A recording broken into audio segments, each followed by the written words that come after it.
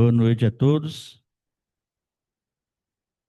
Quero agradecer à casa pelo convite, mais uma vez, né, a oportunidade de estar aqui, colaborando com essa instituição. E, e a Ângela passou, não, um tema, né? Na hora eu fiquei assim, ô companheiro, né, de um livro, né, simples, pequeno, né, uma página e pouco. Falei, como é que a gente vai desenvolver uma palestra, né? Então, eu comecei a pesquisar então são muitas coisinhas que a gente vai pegando, vai lembrando, né, do tema, e é uma oportunidade a gente também estudar, pesquisar, né, relembrar algumas coisas das nossas obras básicas, né, da doutrina espírita. Então, muito obrigado. Eu posso ficar em pé, né? Porque para mim aqui, senão eu vou ficar escondido. É igual o Zé Ricardo, em pé parece que a gente está sentado, né? Então, o tema, né, o companheiro, é, observando e pesquisando, né, a gente não para pensar, né? Primeiramente, Emmanuel, nessa mensagem, ele tira, né, da passagem de Mateus, capítulo 18, de 23, se não me engano, a 30, 35, 34, 35, né? Aquela passagem do reino que chegou o momento de cobrar dos seus servos os 10 talentos que ele servia, que ele devia, né? Então o servo suplicou e ele parcelou em diversas vezes, né? A perder de vista, que simboliza as nossas reencarnações. Então, lembramos aqui, depois a gente continua mais ou menos essa fala, que desde o planejamento espiritual da nossa reencarnação, a gente vem já com os compromissos, missões, os reajustes, né? Justamente com companheiros. Então, nós temos os companheiros espirituais, a começar pelos nossos anjos da guarda, nossos guias espirituais, né? Nosso guardião e tantos outros espíritos que nos acompanham. Então, nós podemos estabelecer que eles são nosso companheiro. E então, no nosso dia a dia, a gente tem os nossos companheiros, a gente vai adquirindo esses companheiros, né? Nem sempre é, são companheiros simpáticos, né? Às vezes são companheiros antipáticos, antagônicos, né? Então, que divergem, que a gente tem muita dificuldade. Então, Emmanuel, no contexto geral, ele trabalha a ideia da solidariedade, da, da questão da misericórdia, da gratidão, da oportunidade, estabelecer companhias, né, com as pessoas que estão à nossa volta. Então, acho que a mensagem geral é essa, né? E então, pesquisando, a gente foi procurar, né, companheiro, como surgiu a palavra companheiro, né, que não está aqui, mas eu vou lembrar. Então, companheiros, né, origem do latim, significa compânio, né, compânio, ou seja, compartilhar pão, pânio, pão, né? Então, é aquele que a gente está na nossa caminhada que compartilha o pão, o alimento. Depois foi evoluindo, né, para os outros questionamentos, que foram evoluindo para ser o companheiro que partilha o alimento, depois o companheiro que partilha a caminhada na sua vida no dia a dia, o alimento, as dificuldades, o trabalho, as responsabilidades em comum, né, que vão surgindo. Então, isso foi desenvolvendo, mas a origem é o companheiro que é o compânio, né, do latim, que é o companheiro que partilha o alimento. Então, nós somos o companheiro que partilha as nossas responsabilidades, tarefas, né, mútuas, né, vamos dizer assim, na nossa jornada. Então, aqui, começando, né, é o título, né, do tema, né, é o título, o subtítulo do tema companheiro. Então, ele tira de Mateus capítulo 33, né, para destrinchar, quer dizer, comentar essa passagem. Não devias tu igualmente ter compaixão do teu companheiro, como eu também tive misericórdia de ti? Isso porque, né, essa passagem foi tirada porque justamente, né, como o rei, o Deus nosso Pai, né, perdoou esses equívocos, né, e dividiu nas reencarnações futuras, ao reencontrar os companheiros, o que que ele fez? Cobrou de um companheiro que estava junto, que na lição são vários, né? Cobrou de um companheiro 100 talentos. Ele devia 10 mil e foi perdoado. Ele devia 100 talentos e cobrou literalmente tudo que tinha direito.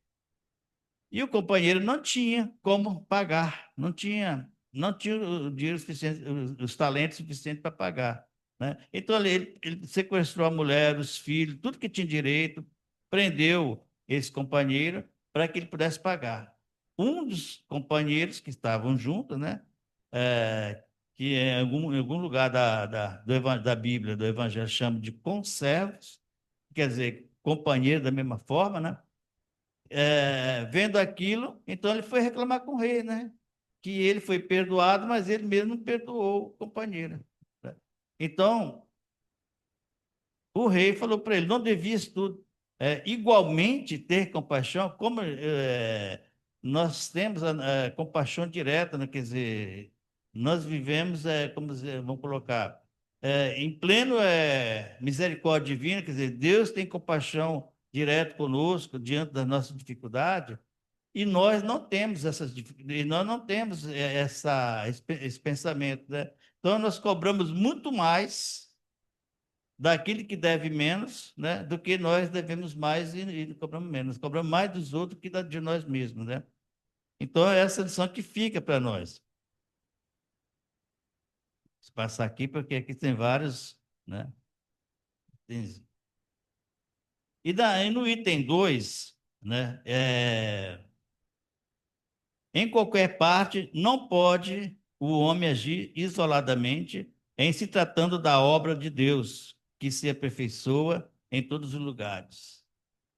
Então, mais uma vez, Emmanuel coloca para nós nessa lição que nós não temos como assim trabalhar, né? Tomar decisões isoladamente. Nós estamos sempre em volta de companheiros, de pessoas que são pessoas afinizadas com aquilo que a gente pensa, aquilo que a gente age, mas também, muitas vezes, são pessoas que temos dificuldade, né? Então, no nosso planejamento, às vezes a gente reencarna num grupo que são espíritos afins, mas também tem aqueles, né, antagônicos, né, que nós temos a nossa dificuldade nessa trajetória que a gente vive. Mas é um processo porque nós temos que ter esses companheiros porque divergem, a gente aprende, a gente amadurece, a gente precisa aprender a tolerar, né? A ter compaixão, aprender a perdoar, né? Então, tudo isso então traz essa lição. Então, eu dividi cada frase, né? Mais ou menos para a gente fazer um comentário acerca do que Emmanuel gostaria de colocar, né? Gostaria, não, colocou. Na terceira parte, então, Emmanuel coloca: o Pai estabeleceu a cooperação como princípio mais nobre no centro das leis que regem a vida. Se a gente observar, nós vivemos em constante cooperação. Praticamente é impossível nós trabalharmos, pode ser que um momento ou outro que a gente tome decisões, trabalhe, mas no nosso processo contínuo evolutivo, na nossa reencarnação, né, dessa reencarnação, né, então todas as outras, a gente tem que ter essa cooperação mútua, né, de colaboradores, daqueles que trabalham junto nas nossas tarefas, nos nossos compromissos, na família, onde nós formamos nosso núcleo, na sociedade, numa instituição espírita. Então, companheirismo, voltando aqui para a instituição espírita, né, é um processo interessante porque ali a gente fortalece, a gente aprende a respeitar, a ter uma receptividade com aquelas pessoas que se adentram numa casa espírita.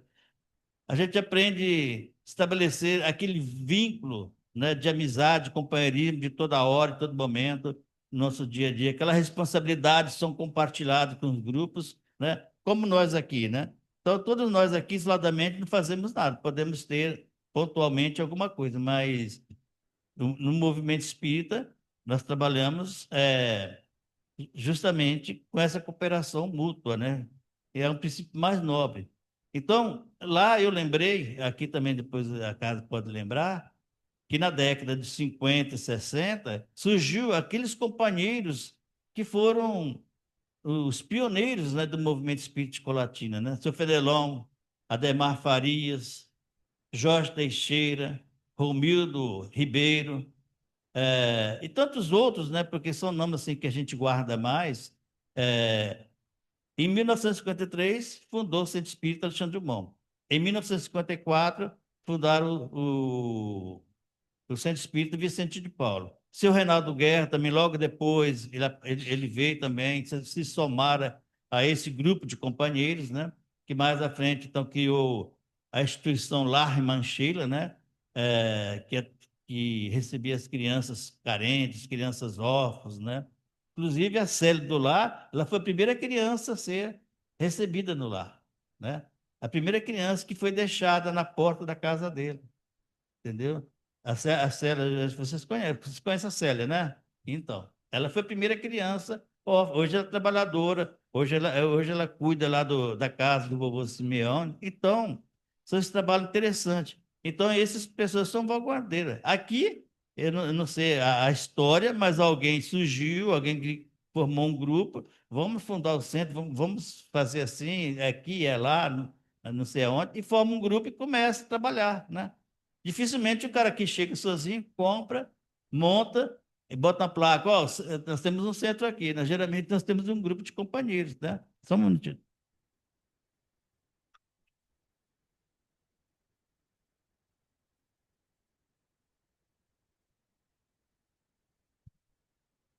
Então, para a gente ver a importância do companheiro. Jesus não foi diferente, né? Aqui, né, falando de cooperação, Jesus poderia chegar aqui no planeta Terra, né, e estabelecer todo esse trabalho, né, de trazer essa boa nova, de vivenciar, de trazer através da prática, né, do amor, a boa nova, essa boa mensagem, né, de esperança, de consolação, de Deus amoroso. Poderia, mas simplesmente ele teve um grupo de companheiros, né?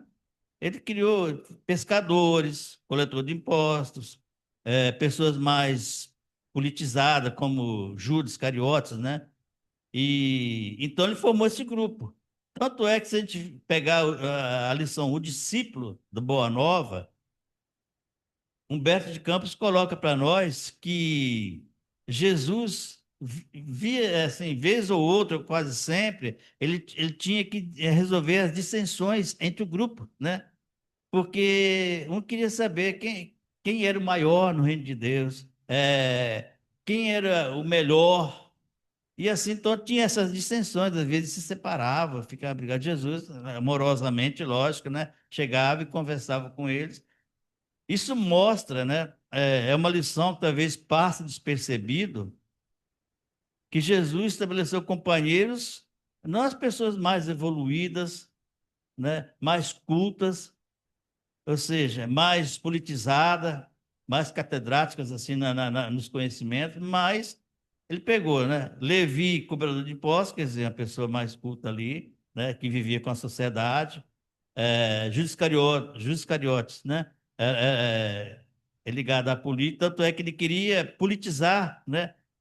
Como se fosse profissionalizar a religião, os ensinos de Jesus, para que a divulgação fosse mais rápida, através do Estado, né? Ou seja, dos governos do Estado daquele período, né? Divulgar.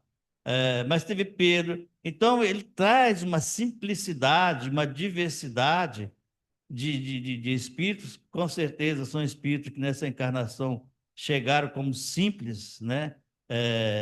Pessoas simples, trabalhadores, né? pegando pesado no pescado e outros lugares, é, mostra uma diversidade, mostra a complexidade de trazer a Boa Nova. Porque se a gente pegar e estudar o livro Boa Nova de Humberto de Campos, em algum momento ele vai colocar lá que Jesus fala com os discípulos, né? Que a Terra não é um lugar de anjos alados, de anjos que vêm superiores para habitar e ajudar o planeta. Não, são pessoas que estão vivendo as suas dificuldades. São pessoas que falham, são pessoas que sofrem, que choram.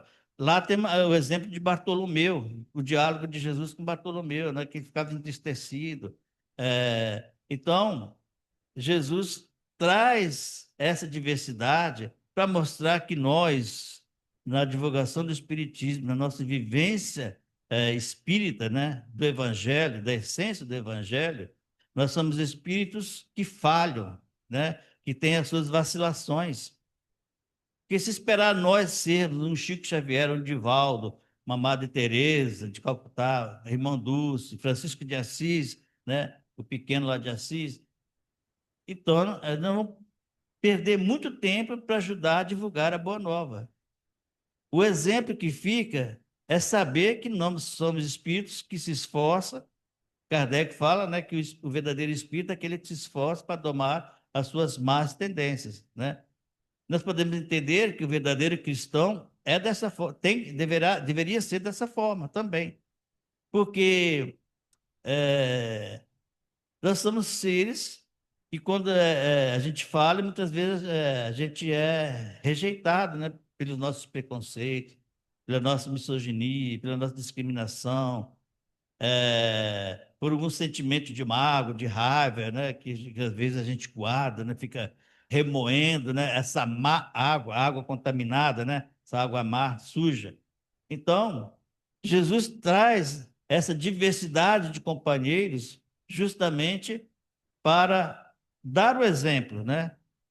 Que nós não precisamos ser esses doutores da lei, doutor que compreende os ensinos de Jesus para divulgar a boa nova. Nós, no nosso dia a dia, porque nós vamos deparar com muitos companheiros simples na sua humildade, mas que estão ali exercitando essa dificuldade, mas talvez são espíritos de grande envergadura espiritual e a gente não tem noção disso, né? Seguindo, dentro dessa cooperação, como esse mês é o mês de Kardec, né? Aí eu fiz assim, eu lembrei de Kardec, né, no mês de Kardec, eu lembrei que Kardec também tinha os seus companheiros, né? Então, Kardec, você vê que ele começou a trabalhar na codificação da doutrina espírita depois dos 50 anos de idade. Até os 50, ele foi aprofundando os seus conhecimentos, suas experiências nas diversas áreas, do magnetismo, na educação, né? No comportamento humano, social. E ele fez um estágio muito bom em Everdão, quando era novo. Quer dizer, ele se preparou para esse momento, né? Então, Kardec, quando ele começa lá, que apresenta a ele as mesas girantes, né? Que no começo ele não acredita, depois ele segue. Então, ele começou a formar ali os companheiros que dar continuidade ao trabalho dele. Então, nós temos Leon Denis, um dos companheiros que ajudou nas pesquisas e no avanço, na divulgação do Espiritismo. Camille Flammarion, da mesma forma, né? Pesquisador, o cara que fez o discurso no túmulo de Kardec, onde ele colocou para todo mundo que Kardec era o bom senso encarnado. Então, nós temos a referência de uma pessoa de bom senso, Kardec, né? Gabriel Delane também, companheiro, e tantos outros, né? Companheiros foram surgindo. As irmãs Baldão, acho que é Júlia e Catarina, se eu não me engano, entendeu? Não lembro o nome dela certo. As duas médiums jovens que também estabeleceu com Kardec nessa relação. Temos também aqui, deixa eu pular aqui que eu vou mostrar aqui, porque eu já estou chegando. Estou adiantando aqui a fala, mas não estou esquecendo de passar o slide. Então, aqui são os discípulos de Jesus, só para passar aqui, né? Os 12 apóstolos, outros amigos e discípulos de Jesus, Marta, Maria e Lázaro, Maria de Magdala, Joana de Cusa, né? Depois os companheiros de Kardec, estou falando e esqueci de passar o slide. Aqui estão eles, né? Só para reforçar. Julie Caroline, entendeu? Nome lembrado aqui. E nós temos a fiel, eterna companheira de sempre, de todo momento, de toda dificuldade, Amélie Gabriele Baudet, né? E ela também era uma estudiosa, trabalhadora na área da educação, né? Então, você vê que tudo conspirou para ajudar Kardec nesse trabalho.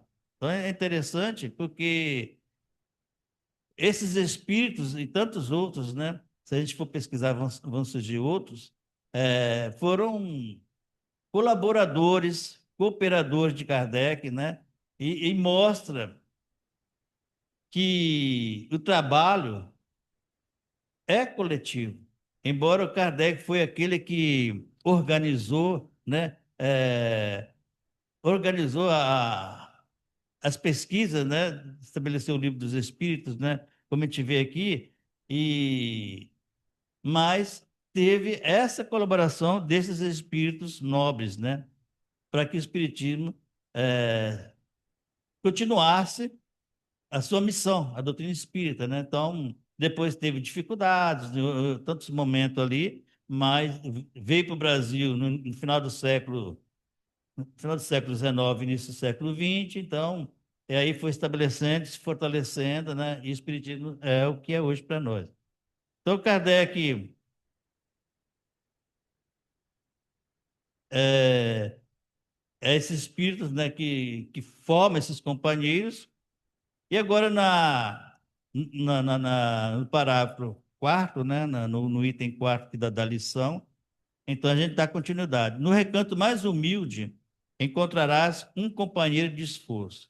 Em casa, ele pode chamar-se de pai, filho. No caminho, pode-se denominar-se amigo ou camarada de ideal. Então, quando a gente fala de companheiros, é aquela companhia, né, do nosso dia a dia, né? Na família é o marido, é a esposa, a esposa, são os filhos, são os netos. Você forma um núcleo de companheiros para a gente se fortalecendo nessas caminhadas, né?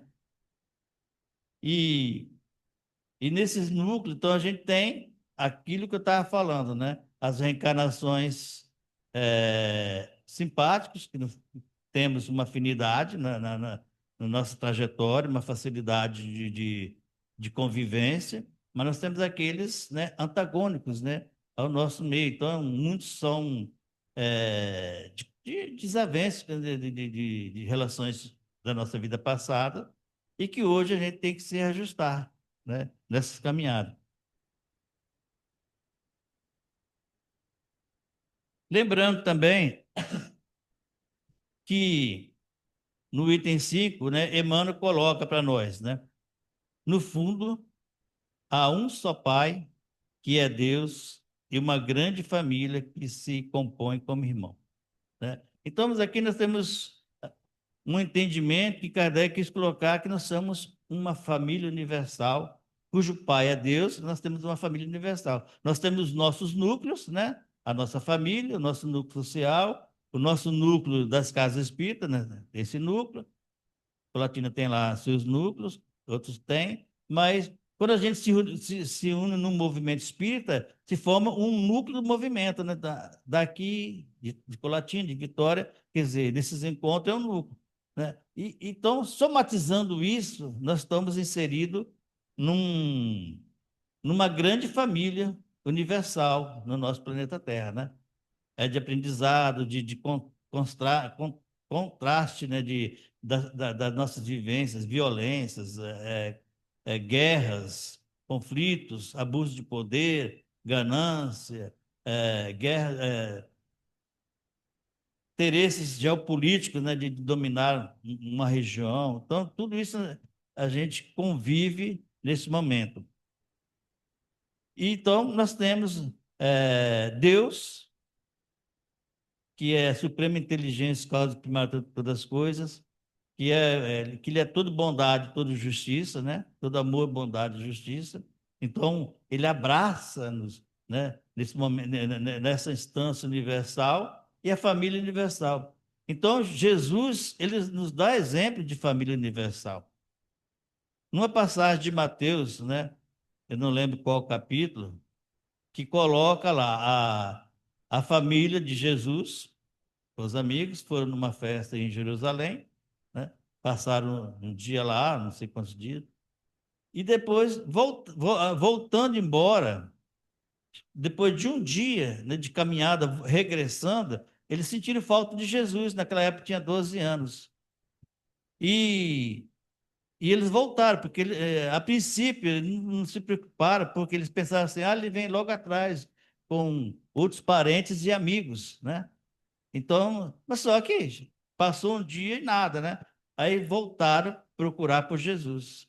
E Jesus estava no templo pregando, em Jerusalém, falando, né, com os doutores da lei. Então, quando foram avisar ele que o pai, a mãe e os irmãos estavam procurando, queriam falar com ele, né? Aí ele aponta para a multidão, né? Quem são meus pais, meu pai, minha mãe e meu irmão? Aí ele aponta e coloca, né? Todos aqueles que fazem a vontade de meu pai, é meu pai, minha mãe e meus irmãos, né? Mais ou menos, não literalmente dessa forma, mais ou menos nesse contexto. Então Jesus estabelece ali que nós somos irmãos em Cristo, em Deus, né? E somos esses irmãos dessa família universal. Então ele estabelece um exemplo universal de família. E é natural que nós temos nossas famílias consanguíneas, nossa família de afinidade, né? Nossos grupos, mas nós temos que unir essas células, né? De grupos numa grande célula universal, né? Dessa família. Então, quando a gente se propõe a ter um mundo mais justo, nós temos que pensar de uma forma coletiva, né? Para que nós pensamos aí nesse mundo mais justo.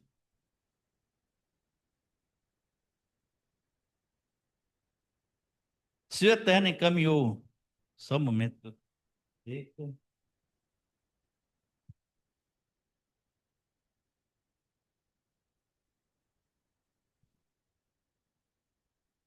Mais outro item, outra frase. Se o Eterno encaminhou ao teu ambiente um companheiro menos, aqui vamos assim, um companheiro ou uma companheira, né?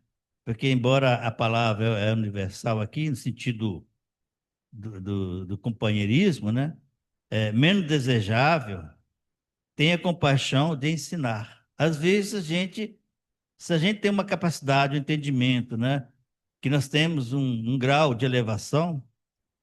Aqui não cabe uma arrogância, uma soberba, o que sabe mais, o que entende mais, é mais inteligente, é o melhor. Não, mas talvez a gente já tenha um discernimento de como devemos nos comportar. Então nós devemos ter para aquelas pessoas que estão à nossa volta, né? Esses grupos, mais compaixão, ter misericórdia, porque na sua ignorância eles acreditam ou eles ignoram que aquilo não é prejudicial, aquilo não vai lhe fazer mal, né? Aquilo não vai deixar doente da alma, não doente do corpo, mas da alma, né? Porque ali muitas vezes a gente expurga, né? As nossas raivas, nossas mazelas, nossas vinganças, as nossas violências, né? O desrespeito. Então, quando a gente tem essa possibilidade de ter um pouquinho melhor de compreensão, sabendo que se nós não vacilamos mais hoje, já vacilamos já muito mais do que hoje, daqueles que estão hoje junto de nós. Então, nós temos que ter essa compaixão, né? Esse discernimento. Então, é importante que a gente tenha essa capacidade de entendimento. Eleva-te os que te rodeiam, santifica os laços que Jesus promoveu, a bem de tua alma e de todos que te servem. Então, é mais ou menos o que eu estava colocando. Então, nós temos que nos elevar. Nós que temos maior compreensão, vamos dar exemplo aqui, nós que somos espíritas, né? Se nós realmente somos espíritas, nós vamos deparar com tantas coisas que a gente fica indignado, mas por um momento talvez é natural, porque nós não podemos permanecer na indignação, né? Porque isso é uma intolerância, né?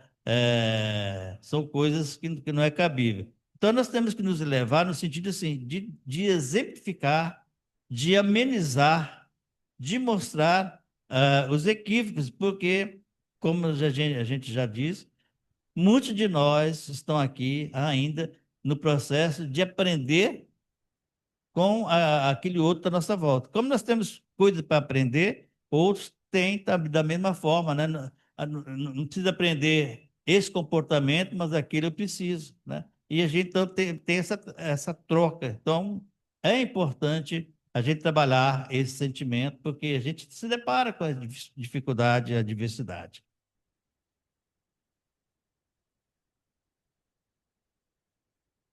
Se a tarefa apresenta obstáculo, lembra-te das inúmeras vezes em que Kardec, em que o Cristo já aplicou a misericórdia ao teu espírito. Isso atenua as sombras do coração. Então, Emmanuel, ele sempre está nos fortalecendo, lembrando, alertando, né? Porque o Cristo, na sua infinita misericórdia, ele coloca para nós todo o amor, todo exemplo de bondade, o exemplo que nenhuma das ovelhas se perderá, ou seja, nós como espírito não vamos ficar perdidos, né, eternamente nas nossas dores, nas nossas mágoas, né, nesse inferno de fogo que queima, né, infinitamente, mas a gente vai ficar preso à nossa ignorância até a gente despertar. Então, Cristo tem esse entendimento. Então, o que Emmanuel coloca para nós, que nós temos que ser misericordiosos, porque nós somos pessoas que recebemos de Deus a misericórdia do dia a dia.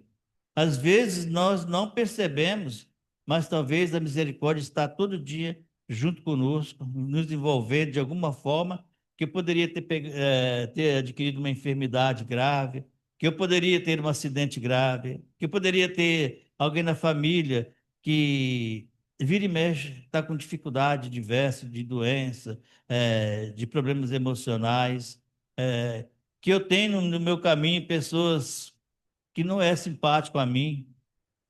E nessa misericórdia, Deus estabelece para nós a paciência, a gratidão de nos livrarmos de uma situação mais difícil, a oportunidade de despertar em nós os melhores sentimentos, talvez a gente não capta isso, mas eles têm através dos nossos guias espirituais, do nosso anjo da guarda, né?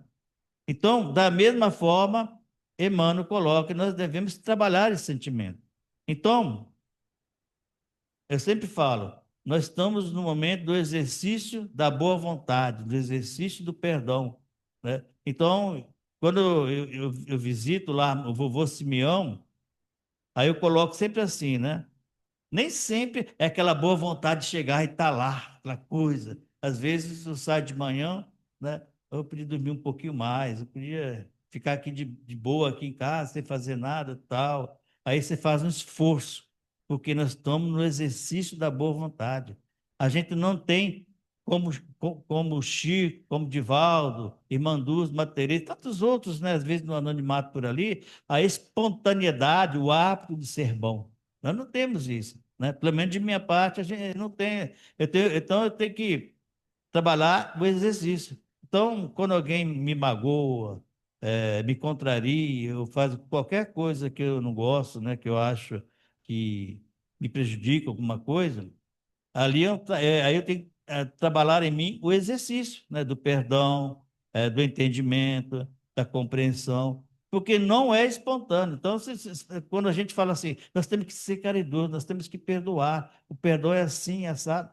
Então, acho que nós devemos colocar assim, nós temos que exercitar. Se aquela pessoa que está, né, espontaneamente já tem esse trabalho já feito, consolidado em si, de perdoar, parabéns, né? Já seguiu, já alcançou um degrau a mais, né? Mas eu ainda, no caso, Ademir, né? Então eu tenho que trabalhar o exercício, porque senão a gente não tem essa espontaneidade. Mais ou menos seguindo, né, a fala anterior, né? Então, Emmanuel coloca de novo, se a tarefa apresenta um obstáculo, então a tarefa é o nosso dia a dia, nosso trabalho, trabalho na casa de espírito, no movimento, trabalho em casa, na nossa profissão. Lembra-te das inúmeras vezes em que o Cristo já aplicou misericórdia ao teu espírito, isso atenua as sombras do coração. Então, será que eu repeti aqui? Vou até conferir. Repetir. Então vamos lá. Então é isso aí. É o 9, é. Mas não tem problema, você só para reforçar essa importância aí, né, do exercício. Observe em cada companheiro de luta ou do dia uma bênção e uma oportunidade de atender ao programa divino acerca da tua existência. Então, é uma ferramenta, né? A gente está nessa luta com os nossos companheiros afins e outros não tanto afins, né? Então, é uma oportunidade de trabalhar a diversidade. Às vezes, na nossa casa espírita, como lá no Alexandre Drummond, Vicente Paulo, né? Estou falando mais pelo Alexandre Drummond. Então, tem momentos que a gente tem mais diversidade de pensamento. Nós temos que fazer assim. Não, não podemos fazer assim. Eu queria fazer isso, mas não tem gente para fazer. E fica aquela divergência, né? Não tem que fazer aquilo, fazer isso. Então, às vezes a gente se magoa, a gente fica ressentido. Então, esse é o momento da gente exercitar, porque nós estamos dentro de uma instituição, dentro de uma, de uma família, ou no núcleo social, de trabalho, qualquer coisa. Então, ali nós temos pessoas que é uma ferramenta para a gente trabalhar, né? Como devemos agir? Nós somos espíritas, somos cristãos, mas e diante da diversidade, como a gente se comporta, né? Porque às vezes a gente é colocado, e no Alexandre Drummond, quantas vezes nós tivemos divergência? Então, tem situação lá de uma divergência acontecida há algum tempo atrás, né? Não sei especificar, mas já acredito que já tem mais de 10 anos, né? Um momento lá, que a pessoa, de uma atitude minha que eu acho que naquela época eu achava que era certo, hoje eu acho que não foi conveniente, a pessoa deu um soco na mesa de raiva, né? Quer dizer, então, aqui da pessoa que eu imaginava, eu levei um choque.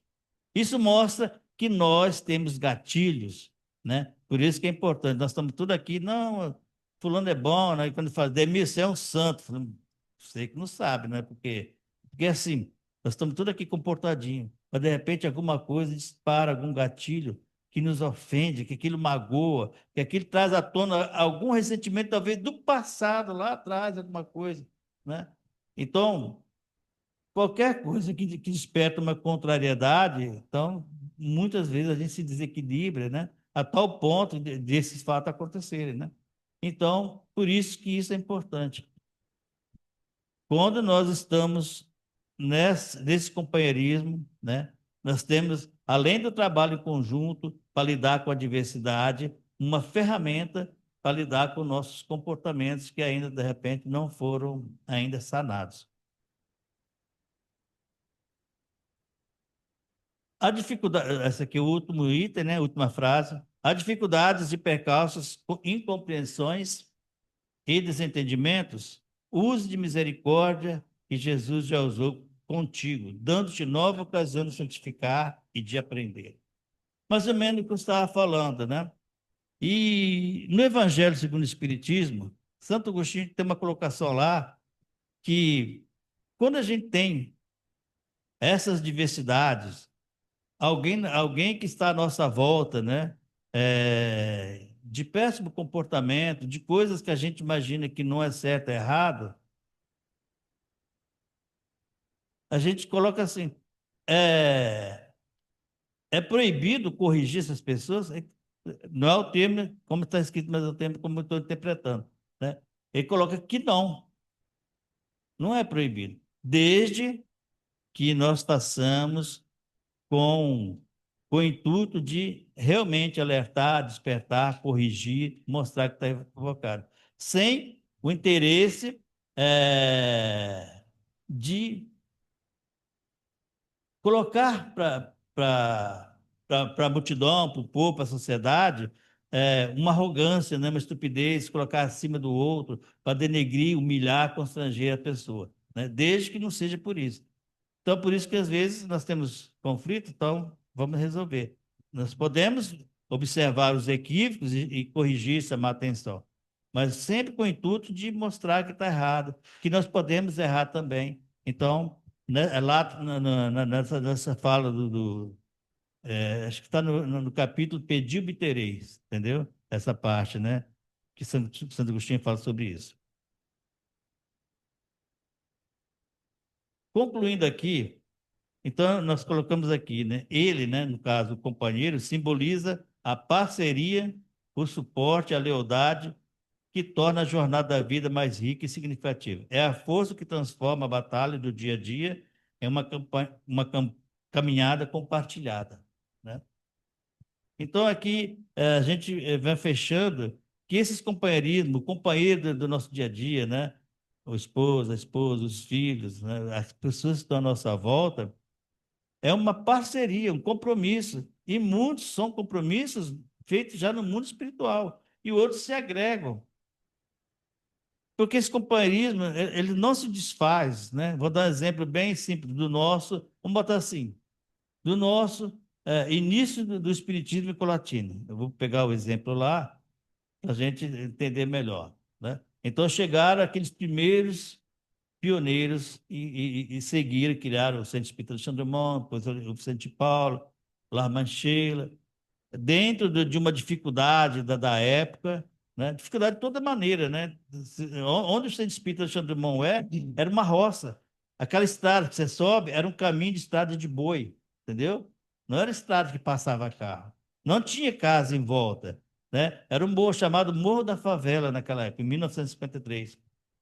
Então, aí, o que acontece? Esses companheirismos, eles foram sendo substituídos, assim. No mundo espiritual, continua o companheirismo, se somam, mas na vida terrena, esse companheirismo continua. Então, Fenelon, Jorge Teixeira, Romildo, o Reinaldo Guerra e tantos outros ali, foram desencarnados, mas só que foram chegando, né, junto, esses companheiros que foram se juntando, né? Aí temos o Itamar, temos o seu Joel, esse pessoal mais antigo, talvez vocês não conhecem, o seu Deda, teve um outro que de Colatina mudou para Vitória, mas já desencarnou. E assim, aí vai chegando numa geração que chegou eu, Luciana, o Rogério, e vai. Agora está chegando gente nova, que está na mocidade, está na evangelização, que vão se somar a esse companheirismo. Parece que dissolve, né? Só substitui, mas ele se soma porque no plano espiritual, muitos desses nossos companheiros já continuam o trabalho na casa espírita, no movimento espírita, né? Então, assim se soma esse companheiro. Na família, da mesma forma, né? O pai, a mãe, o filho, o mais velho, né? Nem sempre, talvez, uma pessoa mais velha que vá primeiro. Então, substitui com outros chegando, mas se somam a uma família, não somente só consanguínea, mas uma família de laços afetivos, né? E aí você expande. Então, esse companheirismo sempre é muito importante. Então, a lição que fica, nós devemos trabalhar a solidariedade, a união, a compreensão, o apoio mútuo diante das nossas dificuldades, lembrando da passagem no início, né? Que Deus perdoou aquele que tem 10 talentos em suaves prestações, mas aquele servo não perdoou o seu companheiro, seu amigo de caminhada, que devia 100. Então, lembrar que muitas vezes somos nós, né? Que cobramos mais do outro, que tem menos, que deve menos, né? No sentido moral, e às vezes nós somos os maiores devedores, né? E não nos damos conta disso. Então a lição de Jesus é essa: o companheirismo, a afetividade, a misericórdia, a compaixão. É essa oportunidade que a gente tem. E lembrando que Jesus é o nosso eterno companheiro. Porque ele colocou numa fala no Evangelho, está assim: Eis que estou convosco até o fim dos séculos, né? Ou seja, ele falou, né, eu sou o companheiro de sempre de vocês, desde sempre, até o fim dos séculos. até quando o planeta Terra não existir mais, nós tivemos que ir para outras paragens, né? Nós estaremos sempre juntos. Então, Jesus, na nossa dificuldade, no nosso dia a dia, na nossa compreensão, é o nosso companheiro de sempre, né? De todos os tempos. Então, meus amigos, eu agradeço, né, o convite, a colaboração, a paciência de vocês estarem me ouvindo e muito obrigado, né, por essa paciência.